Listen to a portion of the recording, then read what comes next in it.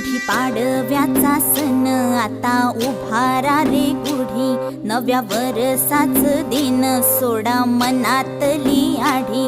गेलं साली गेली आढी आता